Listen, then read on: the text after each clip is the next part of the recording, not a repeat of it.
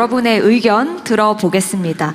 오늘 다양한 분들이 참석해 주셨고요. 그리고 저희가 앞서 3가지 주제에 대한 발표를 들었기 때문에 토론도 혁신, 지역, 공정 이렇게 3가지로 나눠서 먼저 진행해 보겠습니다. 그리고 이어서 자유토론 시간 갖겠습니다. 여기에 참석자분들이 사전에 작성해 주신 의견이 들어가 있는 추첨함이 있습니다. 혁신 추첨함, 지역 추첨함, 공정 추첨함 이렇게 3가지가 있고요. 제가 여기서 의견을 뽑아서 소속과 성명 그리고 요지를 읽어드리면 이제 작성해 주신 분께서 직접 말씀해 주시면 되겠습니다. 참고로 혁신 추첨함에 가장 많은 분들이 의견을 넣어주셨다고 합니다. 시간 관계상 모든 분들의 의견을 들을 수 없는 만큼 저희가 또 자리에 서면 의견서 비치해 드렸습니다. 꼭 작성해 주시기를 부탁드리겠습니다. 그러면 먼저 혁신 주제부터 추첨하겠습니다. 너무 떨리는 시간인데요. 성창의 이재진 대표님께서 적어 주셨는데요. 2가지 의견 주셨는데 보증기관의 평가 관련된 것 같은데 혹시 어디 계신가요? 네, 여기 중간에 계시는데 마이크 전달해 드리도록 하겠습니다. 여기 중간에 계시거든요. 마이크 전달해 주시면 되겠습니다.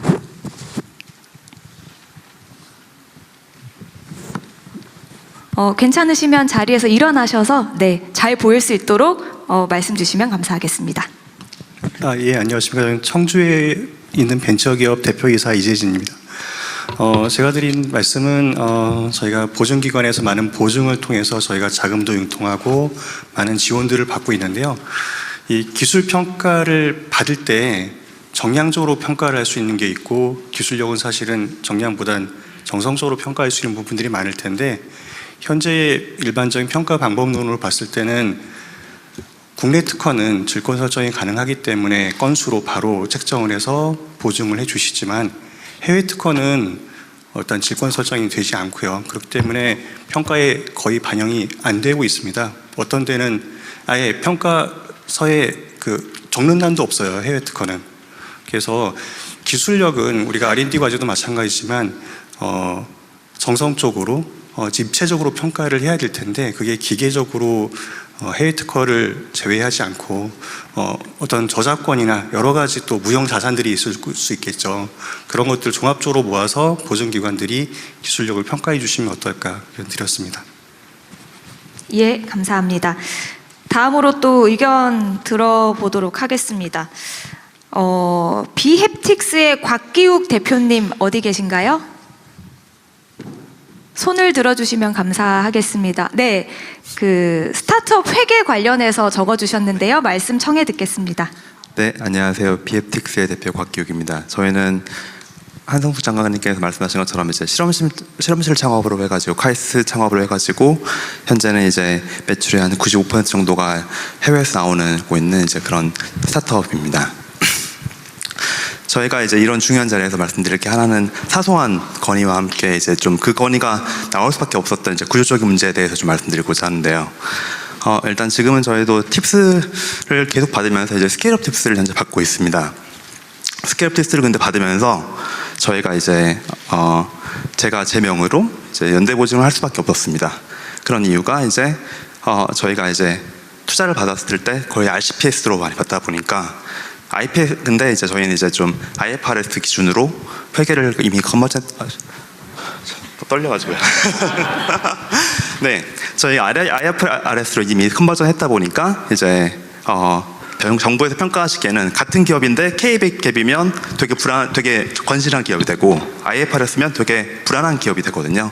그러다 보니까 IFRS로 컨버전한 기업은 보증보험을 받아와 하고 이제 보증보험에서는 당연히 너희 좀 불안해 보이니까 대표가 연대보증해 이렇게 하고 이제 연대보증뿐만 아니라 뭐 당연히 보증보험료도 연간 한 1,000만 원 정도씩 나가는 게 문제가 되고 있어서 좀 이거는 약간 그래도 좀 바꿀 수 있지 않을까? 스케일업 팁스 쪽에서 조금 더 심사 기준을 좀 잘 봐주시면 바꿀 수 있지 않을까 싶고요.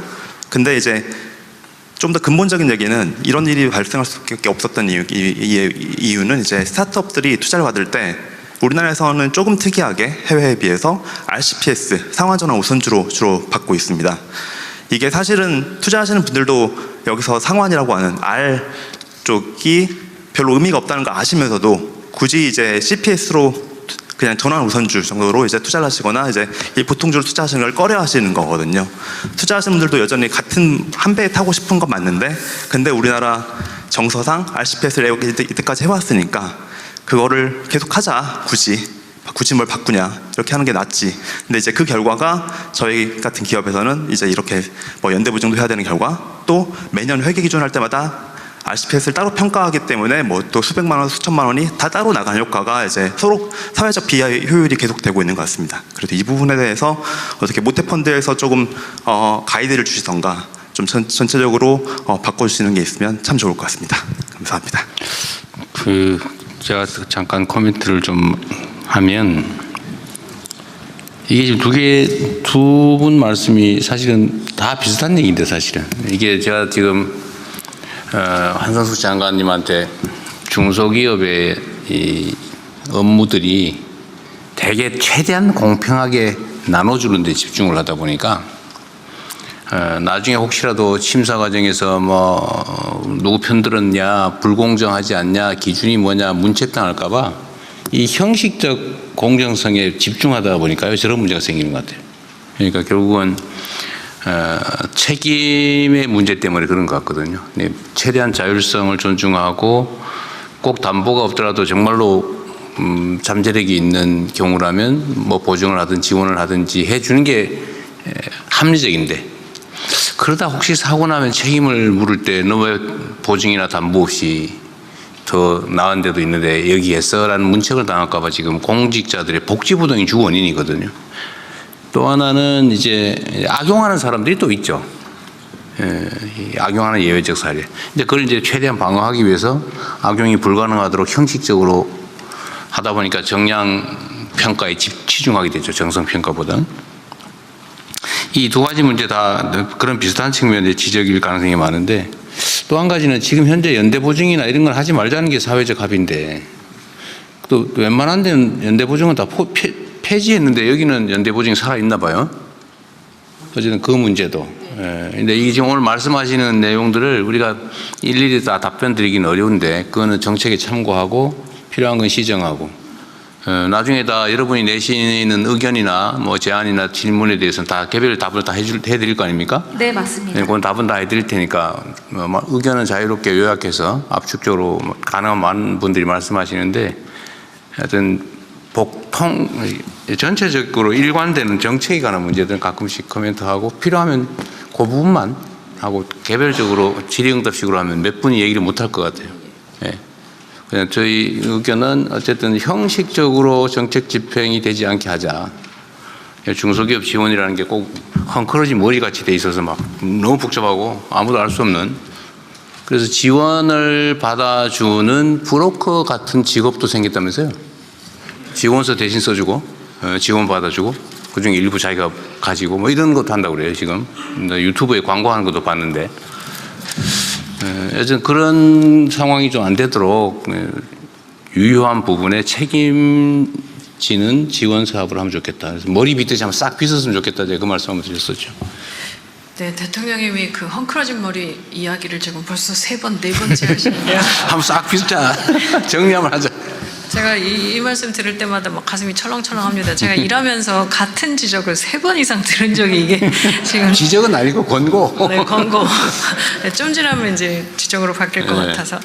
저희 보면서요, 지금 말씀 주신 것처럼 사실 국내 특허는 되는데 해외 특허는 안 된다거나 이런 좀 그냥 들으면 좀 상식선으로 들어도 좀 이상한데, 근데 이제 이게 막상 기준으로 지금까지 해오면 담당자들은 기준을 바꾸는 걸 본인들이 바꾸거나 이럴 수는 없어서 한번 저희가 시간이 지나간 제도들이나 이런 부분들은 한 번씩 좀 다 들여다봐야 된다는 생각이 듭니다. 그리고 스타트업이라고 하는 좀 이 새로운 기업의 형태가 나타난 지가 사실 꽤 됐긴 했지만, 또 이렇게 활발하게 정부 자금을 쓰신 지는 또 몇 년 안 된 것도 맞아서 기존의 기업들이 가지고 있던 해외 특허나 이런 부분에 대한 정비들도 있을 것 같고요.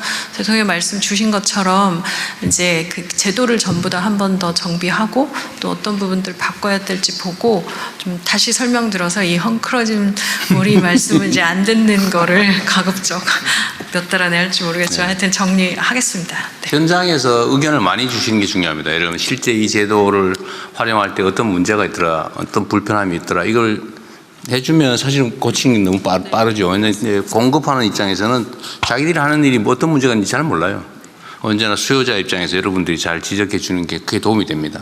제가 여기서 한번 광고 삼아 말씀드리면 중소벤처기업부 메인에 장관에게 바란다 메일 주소를 열었습니다. 그래서 전에는 그 메일 주소에 막 인증하고 막 이렇게 있었는데요. 그냥 바로 메일로 보내시면 됩니다. 실제로 하루에 한 10통쯤 들어오는데요. 보면 받아서 해야 될 게 많고 저희 국장님들 엄청 힘드시는 걸로 바뀌고 있지만 지금 주시는 것들 개별로는 답변 다 못 드리는데 전체적으로 제도를 변경하는 데는 굉장히 참고가 되고 있으니까요. 오늘 주신 것도 다 보고 또 필요하신 부분들은 메일로 바로 주시면 저희가 다 정돈해서 전체 답변 드리겠습니다. 장관님은 오늘 이 발언으로 한 10배는 더 들어올 겁니다. 이제. 네, 기대합니다. 네. 장관님께서 X에도 그 메일 주소를 올리셨습니다. 아, 그랬어요. 네. 그 아직 저기 구독자가 얼마 안 되는 것 같더라고요. 그러니까 오늘로서 완전히 바뀔 거예요. 네, 계속해서 여러분